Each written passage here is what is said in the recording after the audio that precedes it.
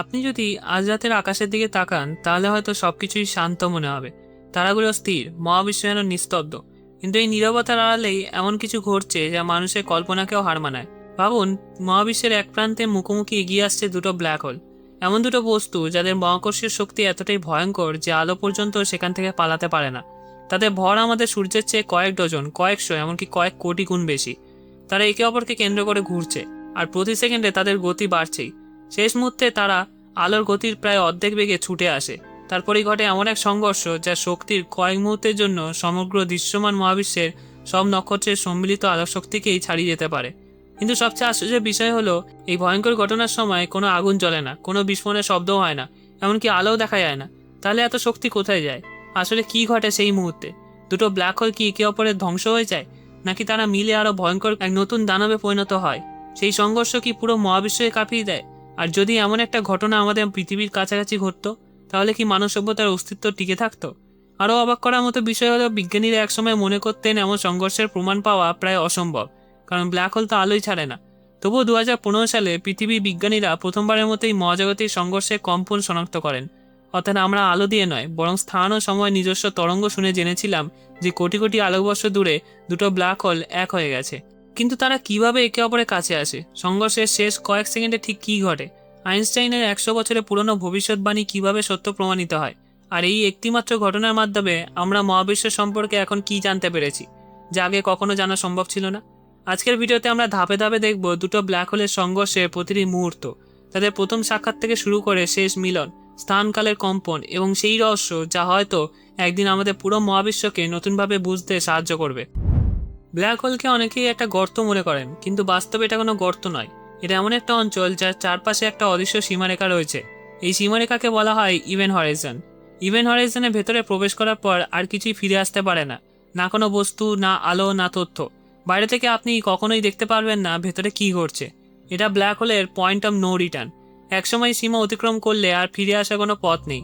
আলো মহাবিশ্বের সবচেয়ে দ্রুতগতির বস্তু। শূন্যস্থানের গতি প্রতি সেকেন্ডে প্রায় 2,99,792 কিলোমিটার।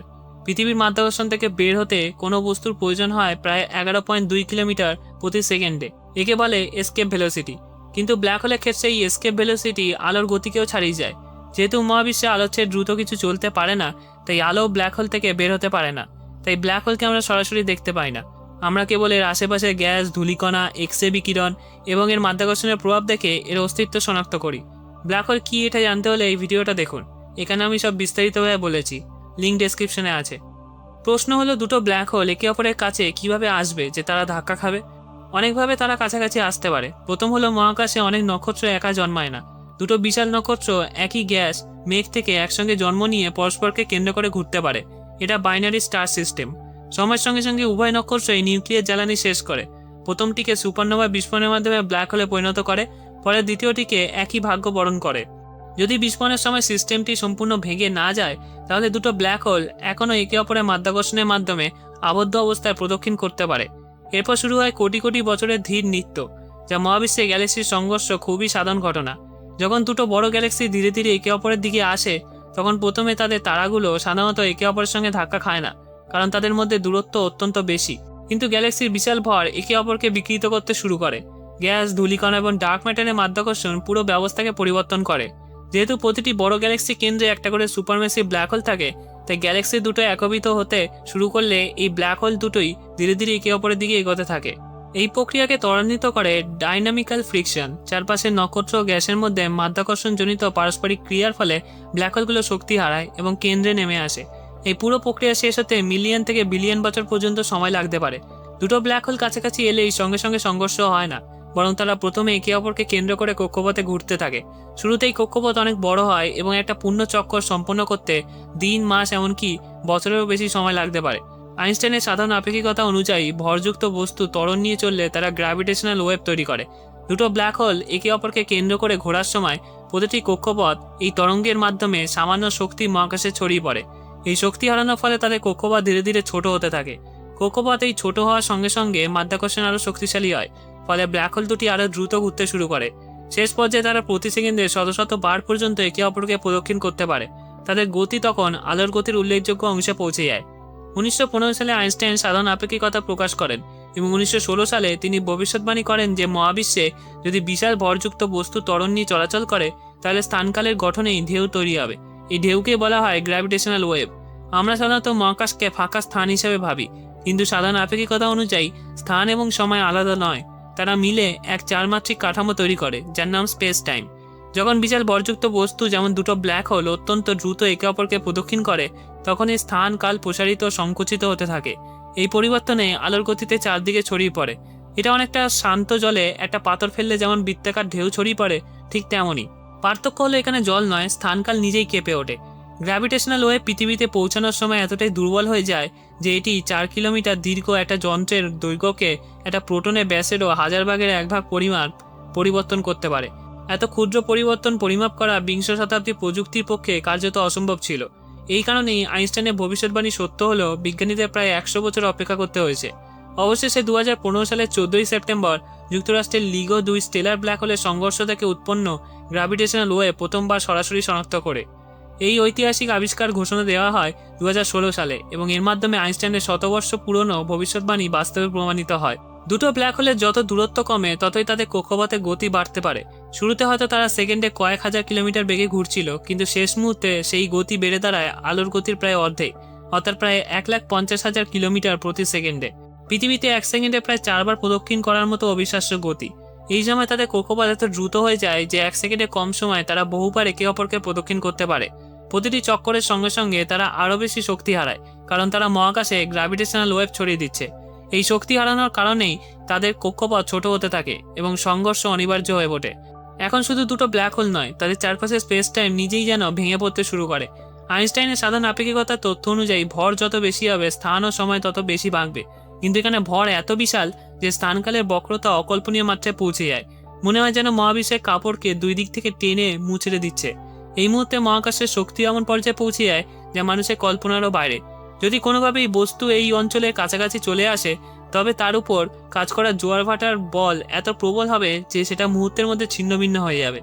বিজ্ঞানীরা এই পুরো পর্যায়টিকে বলেন ইনস্পিরাল। এটা হলো সেই দীর্ঘ কিন্তু দ্রুত গতিতে শেষ হওয়া ধাপ যেখানে দুটো ব্ল্যাক হোল একে অপরকে কেন্দ্র করে ঘুরতে ঘুরতে অবশেষে মিলিত হওয়ার জন্য প্রস্তুত হয়। লিগোর মতো যন্ত্রে যে গ্র্যাভিটেশনাল ওয়েভ ধরা পড়ে তার ফ্রিকোয়েন্সি ও তীব্রতা এই পর্যায়ে দ্রুত বাড়তে থাকে। বিজ্ঞানীরা এটিকে অনেক সময় চিট বলেন, কারণ সংকেতের কম্পাঙ্ক শেষ মুহূর্তে হঠাৎ বেড়ে যায়। এরপর আসে সেই মুহূর্ত যার জন্য কোটি কোটি বছর অপেক্ষা করতে হয়েছে। মাত্র কয়েক মিলি সেকেন্ডের মধ্যে দুটো ব্ল্যাক হোল একে অপরকে স্পর্শ করে এবং তাদের ইভেন্ট হরাইজনে এক হয়ে যায়, অর্থাৎ যেখান থেকে আলো বের হতে পারে না সেই সীমানা একত্রিত হয়ে একটা বিশাল নতুন ইভেন্ট হরাইজন তৈরি করে। এরপর তাদের কেন্দ্রে থাকা রহস্যময় সিঙ্গুলারিটি একত্রিত হয়। যদিও সিঙ্গুলারিটির ভেতরে ঠিক কী ঘটে তা আজও বিজ্ঞান জানে না, কারণ সেখানে আমাদের পরিচিত পদার্থবিজ্ঞানের নিয়ম কার্যত ভেঙে পড়ে। অনেকেই মনে করেন এমন সংঘর্ষে নিশ্চয়ই বিশাল আগুন, বিস্ফোরণ বা আলো সৃষ্টি হয়। বাস্তবে ঠিক তার উল্টো।